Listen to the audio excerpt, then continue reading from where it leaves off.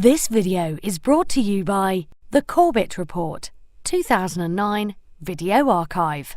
Buy your copy today at corbettreport.com.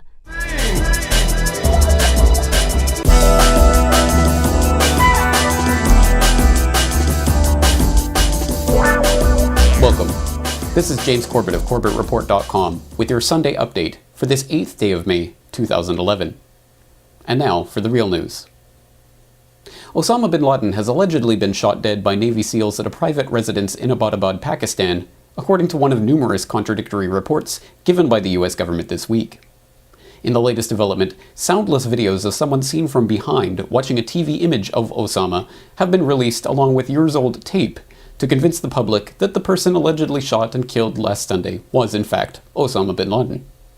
It has yet to be explained how the release of this footage in any way supports the idea that Osama bin Laden was shot and killed last week and immediately buried at sea, nor how silent, undated images of someone who may or may not have been bin Laden disprove the assertion made by numerous heads of state and counterterrorism officials that he has in fact been dead for years.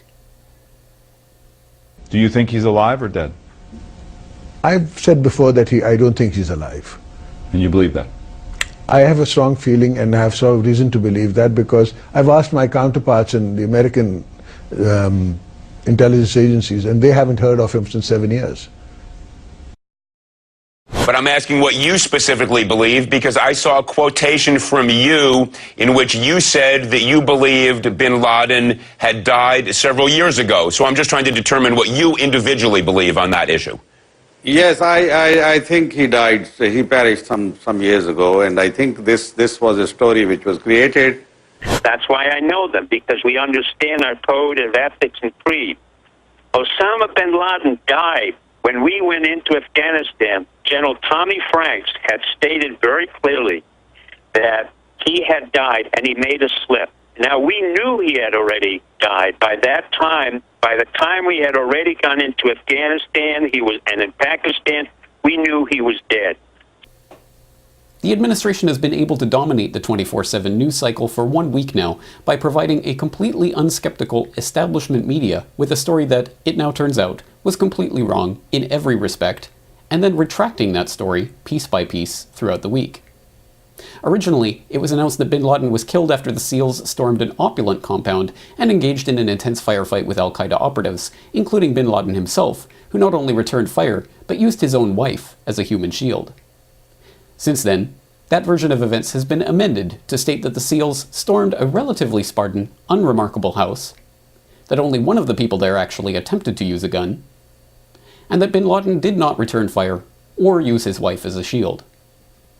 Now, many analysts are noting that the confusion around the narrative of the killing is a deliberate tactic to keep the public talking about an event for which absolutely no evidence has been provided, and which has been outright contradicted by numerous experts and witnesses. And we were able to monitor on a real-time basis the progress of the operation from its commencement to its time on target, to the extraction of the remains, and to then the egress off of the target. What about at the White House Situation Room where President Obama was? Was he seeing anything, any actual time, real-time action going on as well? I think they were viewing some of the real-time aspects of this as well in terms of the intelligence that we were getting. So do you think, did the president see the shots fired at Osama bin Laden? No, not at all. Was there anything about this house that you found suspicious, that you found strange about? To be honest, I always go in the evening, walk from my house to the same house where they said the Osama bin Laden. The next house is my other house, which I rented to my cousin friend. And every day in the evening we went there by walk with my wife for just walking. I never seen anything like that, and that's why I can't believe that. And to be honest, it's not true. Osama, maybe some other people, but Osama is not the bird who went to the inside, because this is restricted area. When we came out from outside to come here, always army will say, oh, where's your ID card? So it's not unbelievable. Right. Yeah. Thank you very much. An interesting reaction. That was Jahangir Khan, a local resident. From the outset, the news that the Navy SEAL team allegedly dumped Osama's body into the sea has been the piece of the puzzle that has left the public most skeptical. Originally justified as being a traditional Islamic way of disposing of a body, that information has now been revealed to have been part of a deliberate deception campaign, with government IP addresses having been responsible for adding information about burial at sea to the Wikipedia article on the subject in the hours after the announcement. Many Muslim scholars have now come out to note that burial at sea is not a traditional Islamic practice. The idea that the public may actually accept this wildly implausible story without being presented with any evidence of any kind for it is now being scrutinized by analysts for possible use in other situations where the government would prefer the public to believe evidence-free assertions merely on their say-so. Other possible uses for this technique have already been suggested by pundits. The FBI, for instance, could claim to have buried the surveillance tapes from the Alfred P. Murrah Federal Building at sea, but provide DNA evidence to prove that the tapes did not show a John Doe No. 2 or secondary explosions at the building. The National Institute of Standards and Technology could claim that they have buried the data for their WTC-7 collapse model at sea, but they still have their computer animations to prove that the building collapsed into itself at freefall gravitational acceleration due to scattered asymmetrical fires. The Bush administration could claim that they did in fact find Saddam's weapons of mass destruction, but buried them at sea before they could produce evidence for their existence. Many observers are cautioning, however, that regardless of the particular details of this incident, more worrying is how the incident is now being used to position the Americans and Pakistanis on a more antagonistic footing, potentially opening the door for greater conflict in the Middle East, and indeed around the globe. Pakistan's army is admitting to shortcomings in its efforts to find Osama bin Laden, but at the same time it's warning the U.S. not to conduct any such missions again within its borders. Northwest Pakistan echoed with high anti-US emotions when thousands of people organized a sit-in in Metropolis Peshawar to protest against US drone attacks in Pakistan's tribal belt.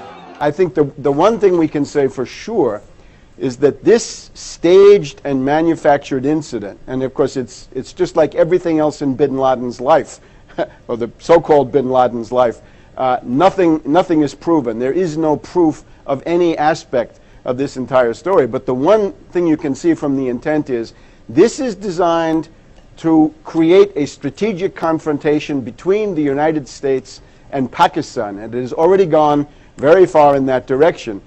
And I've been talking for some time now. I talked about on your program a couple of months ago about how this really represents the beginning pre-stages of a lead up to World War III and a confrontation in the long run with China. And I think this is another part on that road. And I think obviously they're setting up Pakistan for some major military action in the very near future. And we know that just 6 days before they rolled out this corpse to tell us that Osama is dead, we know that just 6 days before the WikiLeaks false flag operation released those documents from Guantanamo, which said that, of course, they've got nukes planted all over Europe and they're going to unleash them if Osama ever dies.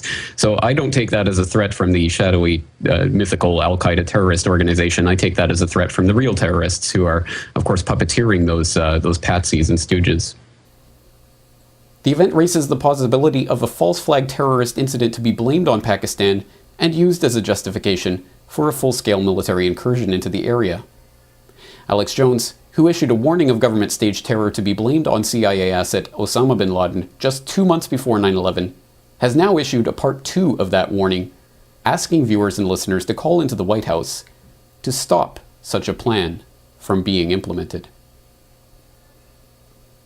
The point is, if any terrorism comes, it's from this government.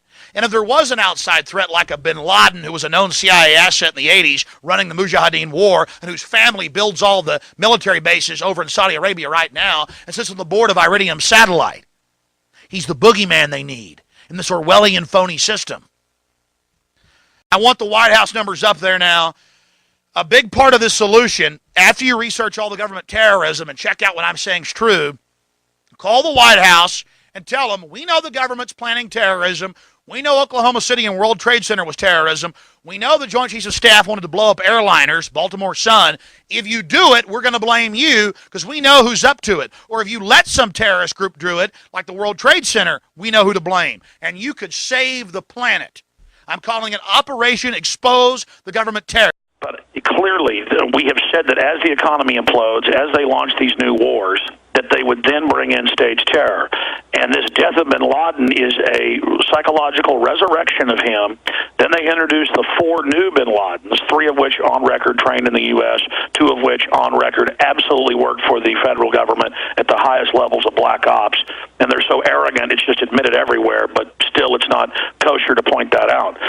So they're rolling them out just like they did pre-9/11. I'm seeing the exact same preconditioning. So maximum, total red alert. Everyone, and in fact, I'm going to ask Aaron Dykes to do this next hour. We need to get the White House number, the Congress number, the switchboard, launch Operation Expose the Government Terrorist, Part 2. I haven't done this in 10 years, since July of 2001. Now please go to CorbettReport.com to download episode 185 of the Corbett Report podcast, The Singularity Cometh, where we interrogate the transhumanist ideal of mankind merging with machines to gain immortality.